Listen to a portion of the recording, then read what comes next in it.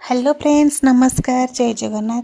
तो चलतु आम भी जा मार्केट आड़े कहीं पुअर स्कूल रे Christmas day celebration Sunday dress किणवा लगी जाऊँगी। तो मु मार्केट को पड़े आसी ड्रेस किणवा लगी आठ मो पुअर कल आसला कि घर को जब लगी। ये देखूँ बड़े बड़े कमी रिल्स बनाऊँ रिल्स क्वीन से संगे थट्टा मजा हो पुणी घर भर को एंट्री करी। ये आम सान मैडम देखो हाला बेकारी गोटे चाह कपटे देदेला कहला टे पीदे आ बसिक पीकी मो बूटी देखते मतलब शाग दूसरी कौन नहीं जाती तो मुझे नहीं पलि आसली।